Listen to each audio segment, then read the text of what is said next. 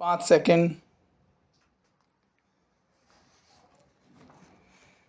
सभापति महोदय, जिस भावना से मैंने यह बिल पेश किया है उसके महत्व को सरकारी और विरोधी पक्ष दोनों ने एक मत से अनुभव किया है कि देश में बेकारी की समस्या एक भयंकर रूप धारण कर रही है और इसके कारण हमारे देश का विकास, चाहे वह सामाजिक हो, आर्थिक हो या सांस्कृतिक हो, रुका हुआ है।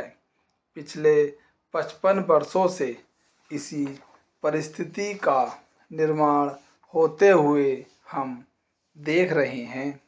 मंत्री महोदय ने यहाँ पर अभी कहा कि राष्ट्रपति इस काम को नहीं कर सकते हैं क्योंकि यह उनके अधिकार के बाहर है। आप जब भी यह देखते हैं कि किसी राज्य में वहाँ की व्यवस्था, वहाँ का विकास ठीक नहीं हो रहा है तो उस राज्य में राष्ट्रपति का शासन लागू कर देते हैं। जब किसी राज्य में अराजकता फैल रही हो, विकास का काम समाप्त हो गया हो और वहाँ के नेता जिम्मेदारी से काम न करते हों तो वहाँ पर राज्यपाल का शासन लागू कर दिया जाता है। ऐसे अनेक उदाहरण हमारे देश में मौजूद हैं। इसी प्रकार हमारे राष्ट्रपति सबसे ऊंचे अधिकारी हैं और अगर देश में इस तरह की स्थिति काफ़ी समय तक चलती रही तो राष्ट्रपति को आपातकालीन स्थिति में इस देश की सुरक्षा के लिए, इस देश की प्रगति के लिए सारी जिम्मेदारी अपने हाथ में ले लेने का अधिकार है। हमारे भाइयों ने बहुत से उदाहरण दिए कि राज्यों में संयुक्त सरकारें नहीं चली, लेकिन उसके पीछे राजनीतिक मामले थे। अगर कोई राजनीतिक पार्टी जिम्मेदारी से काम नहीं करती तो संविधान में यह स्पष्ट है कि उस राज्य की सारी जिम्मेदारी राष्ट्रपति की है। मैं आपको एक उदाहरण देना चाहता हूँ। संविधान में आदिवासी हरिजनों की उन्नति के लिए प्रण किया गया था कि 10 वर्ष में उनकी सामाजिक तथा आर्थिक स्थिति को सुधार देंगे, लेकिन यह सरकार उसमें भी असफल रही। इस समय को 4 बार 10-10 साल के लिए बढ़ाया जा चुका है, लेकिन फिर भी उनकी आर्थिक और सामाजिक उन्नति नहीं हो रही है। इसमें यह सरकार बिल्कुल असफल रही है। पिछले सत्र में इस विषय पर सरकार के विरुद्ध अविश्वास का प्रस्ताव भी आया था।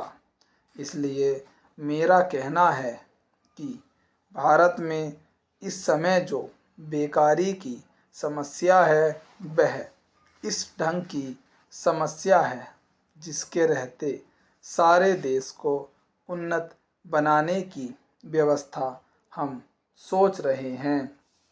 सभापति महोदय, वह केवल एक स्वप्न ही रह जाएगा। ऐसी स्थिति में मैं अनुभव करता हूँ कि आपातकाल की घोषणा की जाए और इस देश के जो बुद्धिमान लोग हैं उनको लेकर एक सर्वदलीय सरकार स्थापित की जाए।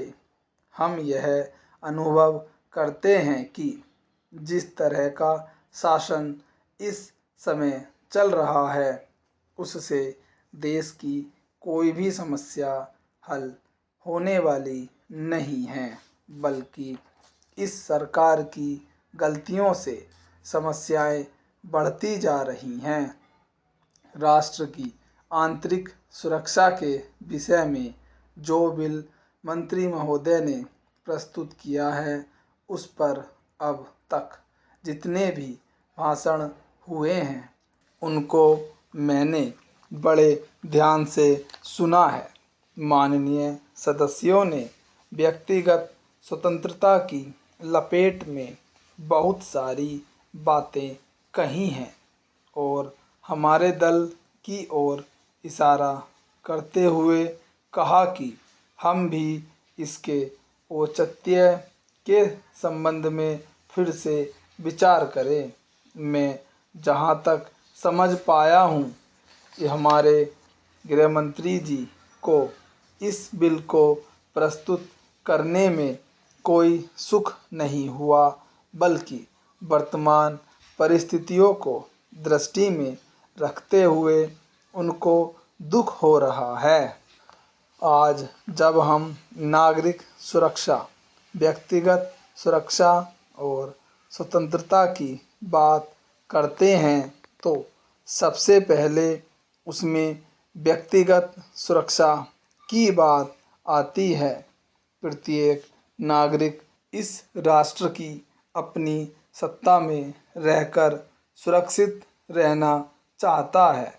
हमने इस बात की सुरक्षा अपने संविधान में दी है और हम यह आशा करते हैं कि राजनीतिक दलों में आपसी मतभेद होते हुए भी राजनीतिक मतभेद का आदर होना चाहिए। मतभेद होते हुए भी शांति और सुरक्षा बनी रहनी चाहिए। माननीय सदस्य पूछते हैं कि ऐसी कौन सी असाधारण परिस्थिति आ गई थी जिसके कारण आपको नज़रबंदी का बिल लाना पड़ा। मैं आपसे कहना चाहता हूँ कि क्या ही अच्छा होता यदि नेहरू जी की उस बात को जो उन्होंने लोकतंत्र के संबंध में बहुत वर्ष पहले कही थी, आज भी स्मरण रखते। उन्होंने एक बार कहा था कि लोकतंत्र के संचालन और दायित्व निर्वाह में अगर किसी प्रधानमंत्री को बार बार पीछे मुड़कर देखना पड़े कि कोई छुरा तो नहीं भौंक रहा है, यह कोई अच्छी बात नहीं है। यदि ऐसी परिस्थिति देश में पैदा हो जाए, सांप्रदायिक दृष्टि से देश के विभिन्न स्थानों पर सांप्रदायिक दंगे हो रहे हों, उनका सामना करते हुए यदि हम जनता को सुरक्षा दे सकें, तो फिर किसी बिल की आवश्यकता नहीं है। स्टॉप।